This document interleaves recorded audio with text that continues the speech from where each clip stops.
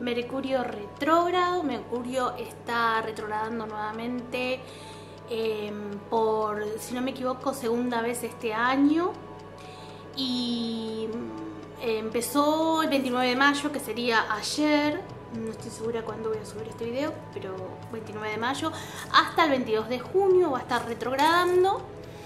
¿Y qué significa esto? Vamos a hablar un poquito de Mercurio primero y luego de Mercurio retrógrado, es decir,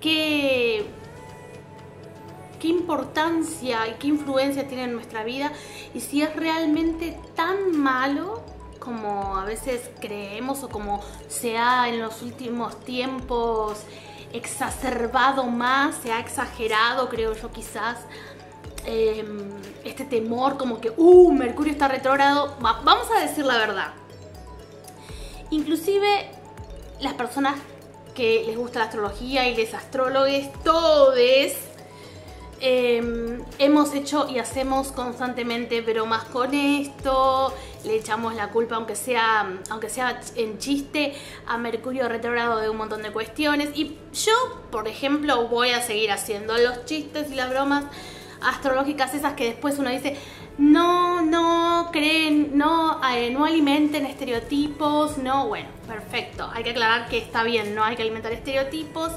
ni crear supersticiones. Sin embargo, los chistes son los chistes, los memes son los memes y vamos a poner memes de Mercurio retrógrado seguramente. Pero bueno, vamos también en honor a la verdad, digamos, vamos a defender un poco a nuestro querido Mercurio, aunque esté retrogradando, a ver qué significa, si realmente es tan complejo o tan problemático como se suele creer, ¿no? Primero vamos a hablar de Mercurio. Para hablar de Mercurio nos vamos a servir de la mitología griega. Recordemos que Mercurio es el nombre que le da en el panteón romano, pero previamente en su origen griego Mercurio se llama Hermes, es el dios Hermes y es uno de los dioses, de los 12 dioses olímpicos. Vamos a empezar con esta historia de Hermes. Él es el hijo de Zeus, del rey de los dioses, del rey del Olimpo, el señor Zeus, que en la astrología, digamos que ya pasándolo a nomenclatura romana, es el planeta, es Júpiter. Y bueno, y la Pléyade Maya Perdón, me olvidé de mostrar que para hablar tendría que estar viéndose todo el tiempo. Para hablar de Mercurio, de Hermes, Flash, que obviamente está inspirado en este personaje. ¿Por qué? Bueno, ahora vamos a ver todo lo que representa Hermes, o dios de qué cosas es Hermes, es decir, Mercurio. Pero bueno, sigamos con la historia primero. Él nace de Zeus y de Maya, y ya desde bebé, desde que es chiquito, todavía un bebé, recién nacido prácticamente, ya podemos empezar ahí a ver de qué se las trae, de qué va este personaje, esta divinidad.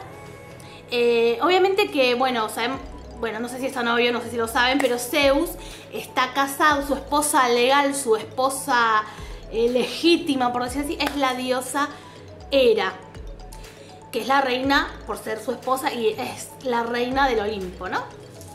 Pero como sabrán, porque bueno, tiene su fama Zeus, él es bastante juguetón, bastante travieso, por decirlo menos, y siempre está enredándose en amoríos, en romances, con distintos personajes, que pueden ser divinidades, semidioses, humanos, animales, no sé, de todo. Siempre suele vengarse de las amantes o les amantes de Zeus, y si de esa infidelidad nace un hijo, también suele buscar venganza en esa progenie, ¿no? Entonces, temiendo esto, Maia se aparta y se va y tiene a su hijo en una cueva. Y ahí el bebé Hermes, todavía siendo un bebé, ya empieza a sus aventuras y sus travesuras, que nos van a hablar de su esencia, de su personalidad y de los rasgos que lo alzan como una divinidad de determinada. Entonces Apolo estaba distraído tratando de conquistar a otro muchacho, que es otra divinidad que se llama Himeneo, haciéndose langa con Himeneo, y aprovecha a Hermes y le roba el ganado, que eran unos bueyes, se los lleva. Por el camino ahí se encuentra con una tortuga y la abre, la destripa, digamos, y con la tortuga, con la caparazón y con las tripas de alguno de los bueyes de que robó, crea un instrumento. Por primera vez crea la lira, inventa la lira. Ya empezamos a ver que es un dios travieso, que es un dios que robó, un dios que tiene que ver con los ladrones, que es una divinidad que es como el patrono o el protector, entre otras cosas, de los ladrones, de los timadores.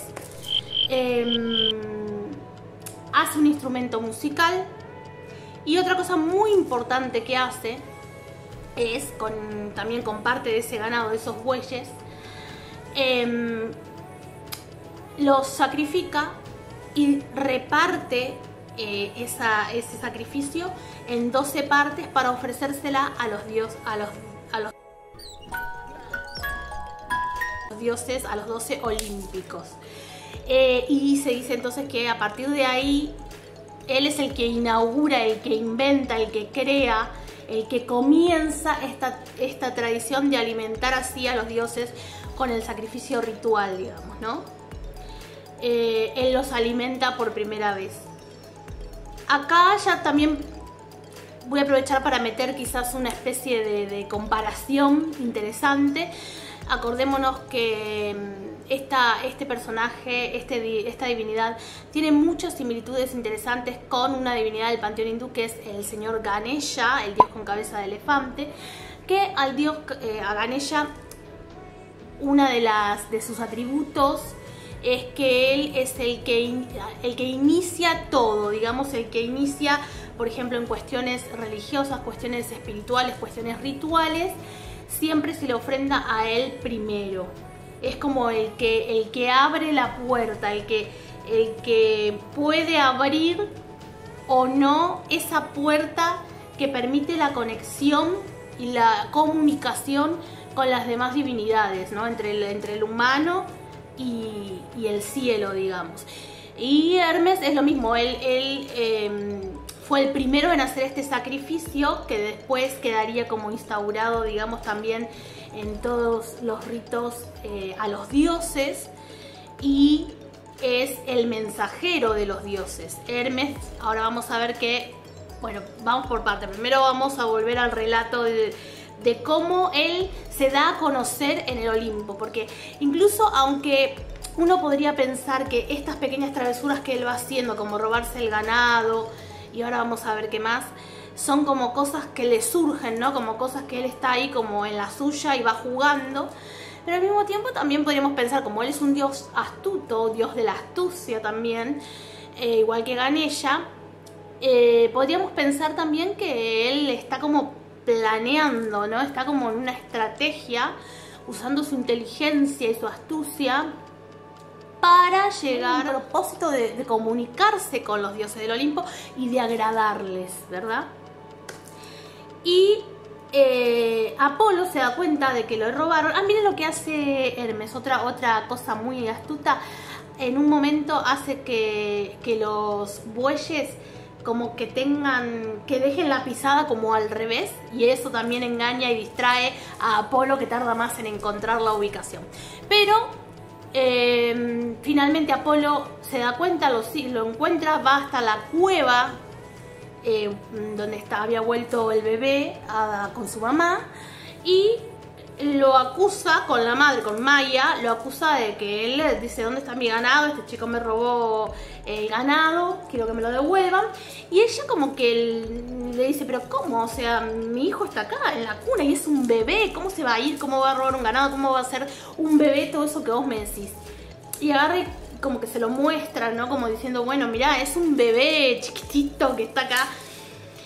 Y Apolo, obviamente que sabe que fue él, lo va como a agarrar, se acerca y se da cuenta de que Hermes es una divinidad, se da cuenta de su divinidad y de que es hijo de Zeus. Entonces se calma, digamos, trata de pensar cómo solucionar y decide llevar a Hermes al Olimpo directamente, ¿no? Y después, bueno, Zeus obviamente se da cuenta y le dice, mira, devolvele el ganado a tu hermano, a Apolo. Y bueno, como es una orden del rey de los dioses, Hermes tiene que acatarla, lo obedece. Apolo le dice, mira, yo te voy a perdonar esto que hiciste y es más, te voy a dejar el ganado si vos me das a cambio esa cítara, esa lira que hiciste, porque Apolo se quedó encantado con ese instrumento. Y bueno, llegaron a un acuerdo. Ya ahí vemos también otra faceta de Hermes, que es la de negociador. Previamente también esto de medio de engañador, ¿no?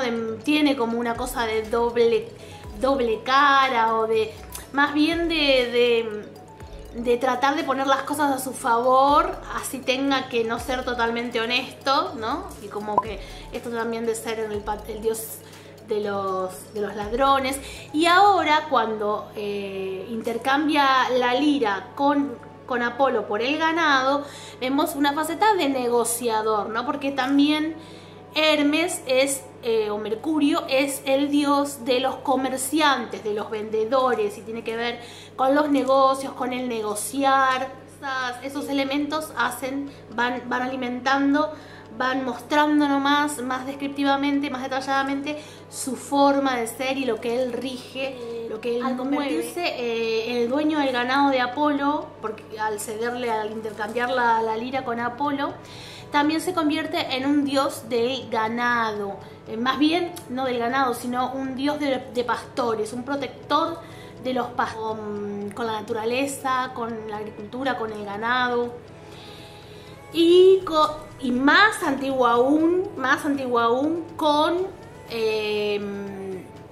lo fálico, ¿no? Porque la primera forma en la que se veneró a Hermes fue en forma de unas piedras que tienen que ver con el falo, pero también, digamos, tienen que ver con los caminos, o sea, porque él es un dios que otra de las cosas que él rige, sobre las que tiene su poder y su influencia y su reinado, digamos, es sobre los caminos. Por eso se dice que es un dios que también es protector de los peregrinos, de los caminadores, negociantes, comerciantes, de pastores, el pastoreo, de viajeros y peregrinos y caminantes, dios de los caminos, dios de los negocios, dios de los juegos así de azar, un poco así de la suerte, ¿no? Dios de la comunicación. Lo de la comunicación lo vemos en que primero, bueno, él se queda con el ganado de Apolo, Apolo se queda con su lira, y después Hermes inventa otro instrumento que, si no me equivoco, es un instrumento de aire, como una especie de flauta, que tiene un nombre que ahora la verdad no me acuerdo, si lo encuentro lo pondré por algún lado, pero es como, digamos, una flauta. Él crea eso, y Apolo lo busca porque ve eso y dice, ay, por favor, quiero eso, dame ese instrumento, se lo pide por favor. Y Hermes le dice, bien, pero trata de negociar que Apolo le dé el don de la videncia, ¿no? De la clarividencia, de la adivinación, mejor dicho. Y Apolo ahí dice, bueno, tampoco no puedo dar esto así, todo esto es algo, un poder y una responsabilidad muy grande que no la puedo entregar, pero le dice, le indica de ir a de unas maestras digamos, unas musas. Bueno, también tengo que buscar bien el nombre y se los pondré por acá. Que le van a enseñar la evidencia, digamos, la adivinación. Y Hermes las busca y aprende el oráculo con guijarros, con piedras. Y le da la flauta esta a Apolo. Ahí otra vez negocian, ellos se llevan finalmente muy bien. La faceta de mensajero de los dioses, en realidad mensajeros entre los dioses, los semidioses y los humanos también, ¿no? Se la dan en el Olimpo al ver su elocuencia, su inteligencia, su forma de comunicar. Él es declarado, digamos, el dios, el mensajero de los dioses, y también es Hermes Psicopompo, y esto quiero que nos quedemos con esto. Hermes Psicopompo es el que lleva las almas de los muertos al inframundo. Él también comunicaba no solamente la tierra y el cielo, los humanos con los dioses, sino que también comunicaba el inframundo con el Olimpo, ¿no? O sea, con la tierra, porque él llevaba los mensajes de los dioses a los dioses del inframundo, que eran Hades y Coreo, Perséfone, y a la vez también las almas de los humanos, las almas que estaban en la tierra, de los difuntos, las llevaba al inframundo. Esto aquí yo quiero comentar que para mí, especialmente, no sé si es algo que se enseña o que se dice de manera general u oficial, pero mi manera de interpretar y de vivenciar, digamos, mi experiencia con Mercurio retrógrado tiene que ver con esta faceta de Hermes como Hermes Psicopompo, como el Hermes que desciende a veces al inframundo, al mundo de los muertos, al mundo de Hades, al mundo subterráneo, al Hades, para luego retornar, o sea, en esta ida y vuelta de mensajes o de trasladar las almas. ¿Y por qué? ¿Por qué para mí tiene que ver con esto? Primero tenemos que entender que Mercurio retrógrado, o sea, que lo retrógrado es simplemente una forma de interpretar desde la Tierra.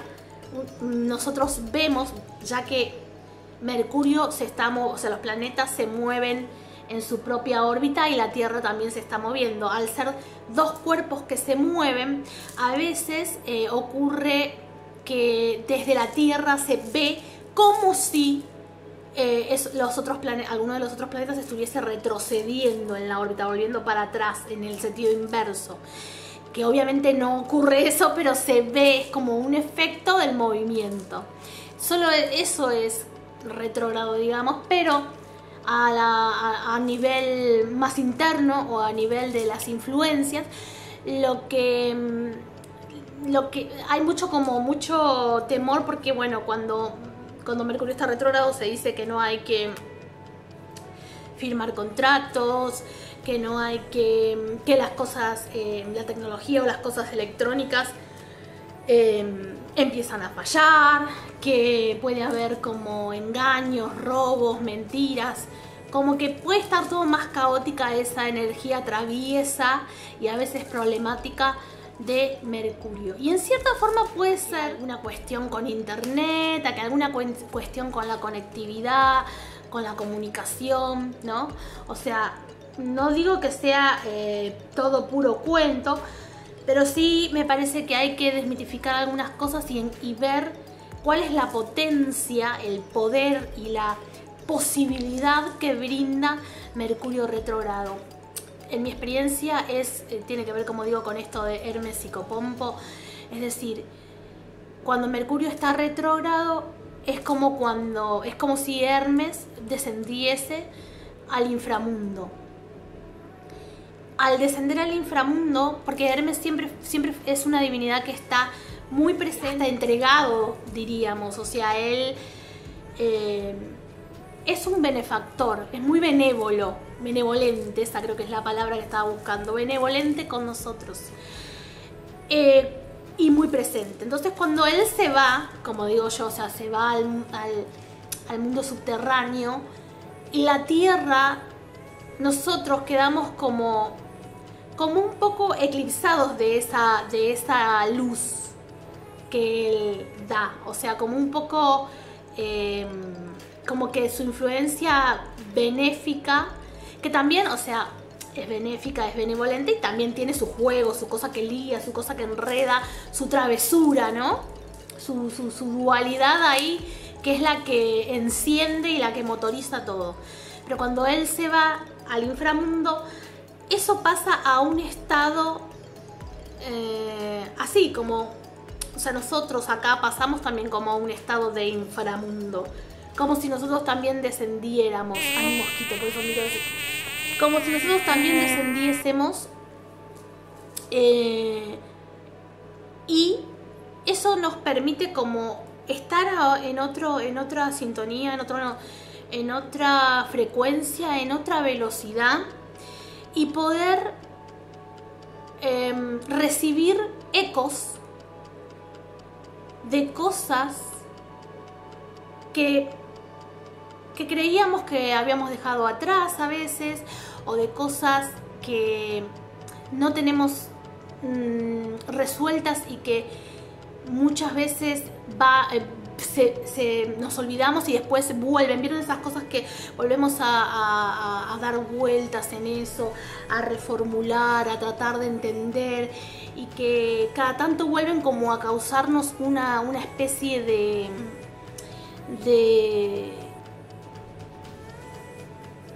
chispazo ahí, o de incomodidad, a veces hasta de dolor, porque son cosas que vemos que influyen, pero que no podemos llegar a comprender.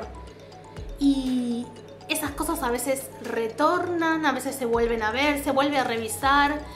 Depende obviamente de en qué signo, en qué casa le cae a cada uno. Pero es como un momento en el que uno puede mirar más para adentro, y en el que uno puede revisar ciertas cosas o verlas de otra manera. Sí es verdad, creo que, o en mi experiencia, que a mí lo que me pasa es esto: mientras los días que está retrógrado, esos ecos que le digo yo son confusos. O sea, hay ahí como una especie de nube densa aquí a esta altura, ¿no? Mental, porque él es como, también es una divinidad que rige la mente, los pensamientos, la inteligencia, ¿no? El aire en el sentido de las ideas, de lo mental, de lo intelectual. Y ahí está esa nube densa. Pero uno se da cuenta al mismo tiempo que hay algo, uno se está preguntando, está ahí como cocinándose algo, ¿no? Que no termina de ser del todo claro. Y cuando Mercurio vuelve a estar directo, el día que vuelve a estar directo, la hora que vuelve a estar directo, que es cuando Hermes asciende, vuelve del inframundo, ahí te cae la ficha. Ahí, ese día te cae la ficha. O sea, pero vos todo el tiempo estuviste como empollando algo ahí, como cocinando algo, como que algo estaba, y vos podías ver partes y sentir y percibir, pero a la vez había una confusión, hasta que cuando vuelve Hermes, cuando vuelve Mercurio a estar directo, ahí es como yo digo, viene del inframundo y trae un mensaje de las entrañas de nosotros mismos, o del asunto que hayamos estado reviendo, un mensaje del fondo, de las vísceras, de lo más profundo. Puede ser un mensaje, como mensajero puede ser un regalo, un obsequio, un don, un instrumento, una idea nueva, una manera nueva de hacerlo. No sabías cómo hacer algo, no sabías cómo llevar a cabo algo, estabas estancado y de repente acá tenés, mira, te traje esto, porque Mercurio siempre, Hermes siempre como que es así, ¿no? En esa cosa de negociar y de jugar y de inventar y de intercambiar, muchas veces es muy entregado, como te doy esto, te doy mi caduceo, te doy, no sé, él le ha otorgado muchos instrumentos a distintos, sobre todo a los semidioses, a los héroes, para ayudarlos en las batallas o en las tareas que tuviesen que hacer. Siempre ahí, muy presente y muy colaborador, ¿no? Entonces como que, yo digo, viene del inframundo y trae algo que va a movilizar, que va a imprimir algo renovador. Pero primero sí, hay que pasar esa etapa de sombra en la que él está abajo y en la que uno también está como medio abajo con él, en esa cosa densa que se forma aquí, pero que hay que saber y confiar y tener paciencia de que es un proceso, no es que todo se detiene o todo está mal o todo va para atrás. Es un proceso que se está gestando y que va a traer un fruto, que va a traer un conocimiento, una idea, que va a aportar algo. Y es un movimiento de Mercurio, un movimiento travieso. Sí, pueden pasar a lo mejor algunas cosas así caóticas, ¿no? Pero son cosas que de nuevo van a poner en movimiento algo que es necesario que se mueva. Es un dios tan polifacético y tan rico en simbología que... una cosa que quería comentar, creo que ya lo mencioné, que en sus orígenes era como un dios que tenía que ver con los caminos y con las transiciones, moverse, ¿no? Como esto, como flash, como la velocidad, el camino, el ir hacia un lugar. Y conectar, tiene que ver con conectar, por eso en los cruces de caminos, en los caminos, en las conexiones de las cosas, conectar el Olimpo con la tierra, con el inframundo, los muertos, con los vivos, o sea, conectar y en esa conexión transicionar, cambiar, renovar. Creo que la palabra es Herma, con H, que de ahí viene Hermes, si no me equivoco. Herma eran como se hacía como una pila de piedras que los caminantes, los viajeros, iban y ponían como su piedra en el montículo como para dejar testimonio de que habían pasado por ahí, de que habían llegado hasta ahí en los caminos. Después eso se empezó también a estar en las casas y ya después se hacía como un montículo o una sola piedra que ya tenía también un simbolismo fálico. Una pequeña experiencia muy personal que digamos, la asocio a Hermes, y es que cuando vivía en un pueblo que, bueno, quien me conoce sabe dónde es, pero no voy a mencionar el lugar, y salía a caminar, yo siempre salía mucho a caminar, y sobre todo en una época que fue muy, pero muy conflictiva para mí, muy pesada, muy dolorosa. Prácticamente puedo decir que una de las cosas que me salvó mentalmente, que me protegió, que me fortaleció, que me permitió mantener mi cordura o mi sanidad mental, fue caminar. Yo salía a caminar, muchas veces acompañada de mi hermana y muchas veces sola. Y cuando salía a caminar sola, había un lugar en especial que para mí era distinto. Justo era en la esquina, en el cruce de los caminos, en la intersección de las calles. Ahí había un árbol muy grande, un eucalipto bastante viejo, supongo, porque era enorme y ya debería tener sus años. Y cada vez que yo pasaba por ahí, primero yo no me di cuenta, ¿no? Como que es que tantas veces pasé por ahí, tanto iba a caminar. Yo no sabía bien a qué atribuírselo, pero con el tiempo entendí o sentí que tenía que ver con ese lugar, con esa esquina. Cuando pasaba por ahí recibía, por decir así, yo sé que va a sonar loco todo esto, pero bueno, no es loco, es algo más sutil, ¿no? Yo recibía como inspiración, información. No, información suena muy como... no es la palabra adecuada.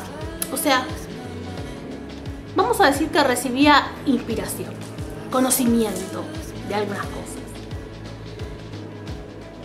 Y eso se fue como extendiendo el tiempo y haciendo cada vez más intenso, más notorio y más curioso también. Y a la vez más natural. Es loco porque sé que son cosas contradictorias, como que o es muy curioso o es algo normal. Pero era así, era como, qué curioso esto, qué asombroso, y al mismo tiempo era como algo que se aceptaba, como algo que estaba bien, que era así. Y un día, o sea, no un día, en realidad por bastante tiempo yo venía sintiendo un impulso un impulso muy grande de... lo que quería hacer era amontonar piedras.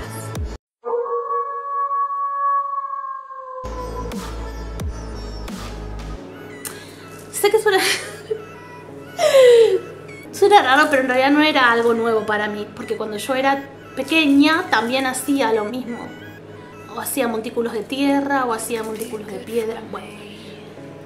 Tuve como el impulso de hacer eso ahí en esa esquina. Entonces lo que hice un día, ya no aguanté más, porque yo como que me aguantaba ese impulso porque, no sé, me parecía algo raro. Y aparte yo decía, primero, ¿de dónde saco piedra? Segundo, era una esquina que tampoco es que era en la nada, que nadie me iba a ver. O sea, ¿qué iban a pensar? Aparte ahí cerca había como una casa y por ahí quedaba como que yo estaba, no sé, haciendo algo raro ahí.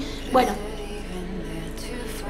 hasta que un día no aguanté más y me detuve ahí donde estaba ese eucalipto a ver si encontraba algo. Y justo, no sé si hacía poco o no recuerdo bien por qué, pero había como unos escombros, como si hubiesen demolido algo, hubiesen roto una pared, un muro, algo, y hubiesen tirado ahí en la esquina eso, ¿no? Entonces había como unas piedras, eran más bien como, no piedras naturales, sino como escombros, como pedazos de cemento, no sé, de ladrillos. Entonces agarré con eso y armé algo que en realidad lo que armé, obviamente que así nomás, ¿no? O sea, yo no tenía cemento para unirlo y pegarlo y hacer algo realmente bien. Era algo que con algún viento o algo se iba a caer, pero armé como una ermita, como un cuadradito así. Al final no fue un montículo, fue como un cuadradito. Ah, y porque justo había encontrado una así tirada como de la basura en ese lugar, todo en ese lugar, en esa esquina. Una guirnalda de esas que usan para los cumpleaños, que son de papel crepé, pero bien hecha. Bueno, entonces es como que yo dije, bueno, esto va a servir como para marcar un lugar, ¿no? Y armé ese techito, esa ermita se dice, o no sé, bueno, esa cosita, todo con las piedras, y le puse como que la adorné o la coroné de esa guirnalda. Y no sé, como que ofrecí ahí como una especie de agradecimiento y me sentí bien. Y me fui. Y no me acuerdo si a los 2 o 3 días pasé, yo ya pensé, bueno, no va a estar más, porque, qué sé yo, no era así nomás, se podía caer con nada. Pero estaba todavía, después igual sí se cayó, ¿no? Porque como digo, no estaba asegurada ni nada. Pero cuando volvió a pasar la segunda vez, estaba, y adentro había alguien, o no sé, habían puesto unas velas rojas y negras. Que yo en ese momento no sabía bien qué era. De hecho, hoy tampoco sé muy bien qué es, pero me acuerdo que lo googleé como velas rojas y negras. Y si no me equivoco, esto corríjame quien sepa, no sé el tema, pero creo que tiene que ver con Eshu, el Ewa o algo así, que también es dentro del panteón africanista o panteón yoruba. Por ejemplo, el Ewa es una divinidad de los caminos y también es como un mensajero entre los dioses. O sea que tiene muchas similitudes con Hermes, según entiendo. Perdón si me equivoco en algo. Así que nada, eso es una breve experiencia que para mí es importante y la atesoro mucho porque ese lugar, pienso, tenemos que estar atentos, ¿no? Atentos a la naturaleza, a los lugares, a las cosas que, a los aliados, digamos, como le digo yo, no sé si es un término propicio, que podemos encontrar en el mundo de la naturaleza. En este caso, ahí en la esquina de los caminos. Creo que ya se va a cortar el video porque me salió como que se me estoy quedando sin batería. Pero bueno, no lo quiero hacer muy largo y la verdad que se hizo súper largo. Y ya está, creo que dije lo que tenía para decir.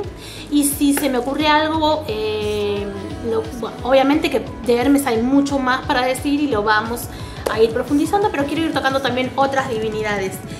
Acuérdense entonces, Mercurio retrógrado no es algo terrible, ni es el fin del mundo, ni es lo peor que te puede pasar. De hecho, es un proceso que puede traer muchos frutos y reubicar, reposicionar cosas importantes en nuestra vida. Un beso.